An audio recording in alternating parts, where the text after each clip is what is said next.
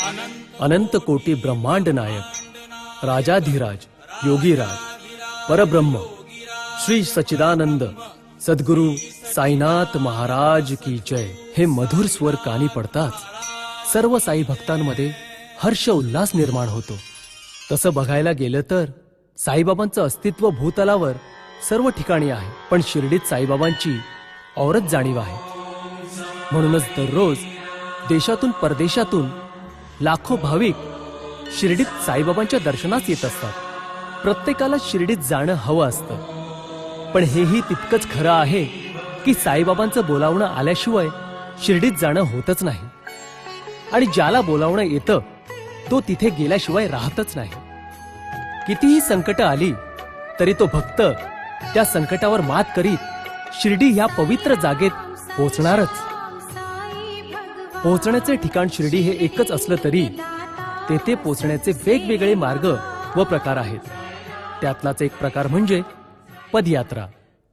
लाखो लोक दरवर्षी पदयात्रा करीत शिर्डीत पोहोचतात। पदयात्रासाठी प्रत्येक ठिकाणी पदयात्रा पालखी मंडळ स्थापन झाले आहेत।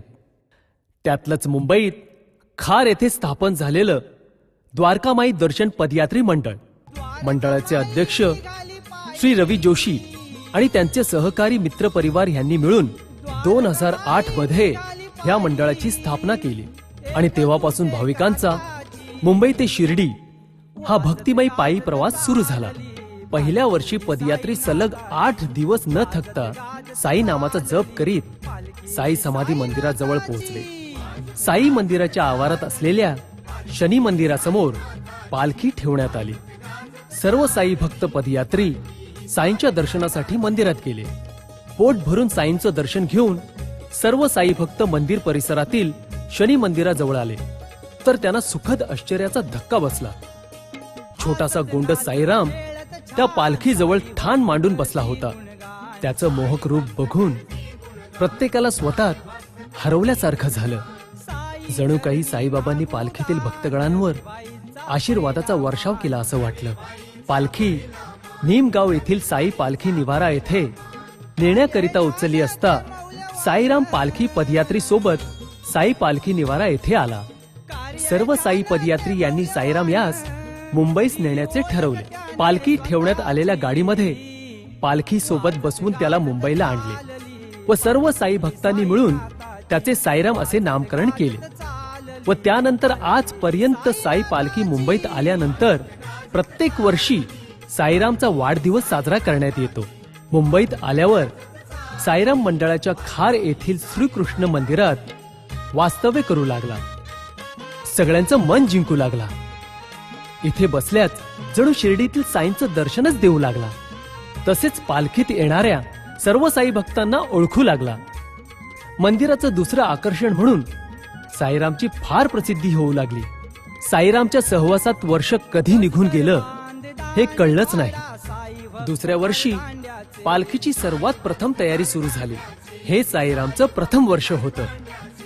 सगळे भक्तगण जमले व त्या भक्तगणात सर्वांच्या पुढे पदयात्रेस साईराम एटीत उभा राहिला व साईरामने मुंबई ते शिर्डी हा 265 किलोमीटर पायी प्रवास केला व त्यानंतर सलग 9 वर्ष साईरामने पायी प्रवास केला। शिर्डीला जातो आम्ही, शिर्डीला जातो, शिर्डीला जातो आम्ही, शिर्डीला जातो, शिर्डीला जातो आम्ही, शिर्डीला जातो, शिर्डीला जातो आम्ही, शिर्डीला जातो, शिर्डीला जातो आम्ही, शिर्डीला जातो, शिर्डीला जातो आम्ही, शिर्डीला जातो, शिर्डीला जातो आम्ही, शिर्डीला जातो, शिर्डीला जातो आम्ही, शिर्डीला जातो, शिर्डीला जातो आम्ही, शिर्डीला जातो, शिर्डीला जातो आम्ही, शिर्डीला जातो, शिर्डीला जातो आम्ही,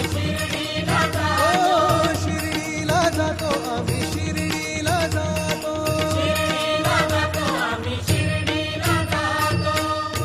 साईरामची प्रत्येक गोष्ट आश्चर्यचकित करणारी होती। सन 2008 मधील वर्षभरात साईराम खार येथील श्रीकृष्ण मंदिरात राहिला। तेव्हा त्याला हवं असलेलं आणि आवडीचं सगळं अन्न मिळत होते, परंतु ह्या पालखीत तो 8 दिवसांच्या प्रवासात फक्त पाणी व दूध अन्न म्हणून घेत असतो. दिवसभर मनमुरादपणे चालायचं आणि रात्रीच्या थंडीत कुठल्या तरी भक्तगणांच्या कुशीत शिरून झोपायचं. पण दुसऱ्या दिवशी पुन्हा तीच ऊर्जा व उत्साह घेऊन पुढच्या प्रवासाला निघायचं. एवढा उत्साह येतो कुठून? त्याचं उत्तर एकच, साईरामात असलेला साई. दरवर्षी साईराम झेंड्यासोबत चालत असल्यामुळे पालखीतील साई भक्तांना स्वतः बाबा पालखी सोबत असल्याचे वाटते. अनेक प्रसिद्धी माध्यमांनी साईरामची दखल घेतली. यावेळी मंडळातील कार्यकारिणी यांनी साईराम बद्दल साई भक्तांना माहिती व्हावी याकरिता गेली 9 वर्ष प्रवास करीत असलेल्या चित्रफितीद्वारे माहिती प्रसिद्ध करण्याचा निर्णय घेतलेला आहे. ओम साईराम. साईराम सर्व साई भक्तांसाठी बाबाचं स्वरूपच आहे. ओम साईराम. साईराम हा आम्हाला पहिल्या वर्षी रस्त्यात भेटलेला आहे व आता तो त्याचा 9 वर्ष पूर्ण झाली व 10व्या वर्षी आता आमच्यासोबत चालणार आहे. साईराम. द्वारकामाई दर्शन पदयात्री मंडळ फार पश्चिम येथून निघणारं पदयात्री मंडळ. या पदयात्री मंडळाचं शक्तिस्थान, मूळ शक्तिस्थान म्हणजे साईराम. साईरामा गेले कित्येक वर्ष पालखीसोबत पालखीच्या ढेंड्यापुढे चालतो. जणू त्यातूनच या पदयात्रींना मिळणार ते शक्ती असावी आणि याच्यामध्येच आपल्याला आपले बाबा दिसतात अशी या पदयात्रेची समजूत, आम्हा पदयात्रेची अशी एक समजूत आहे. ओम साईराम. सलग 9 वर्ष शिर्डीची वारी केल्यानंतर पुन्हा एकदा साईराम त्याच जोशात ह्या वर्षी 2018 मध्येही पदयात्रेस तयारीत आहे.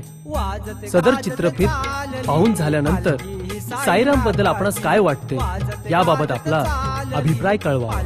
ओम साईराम.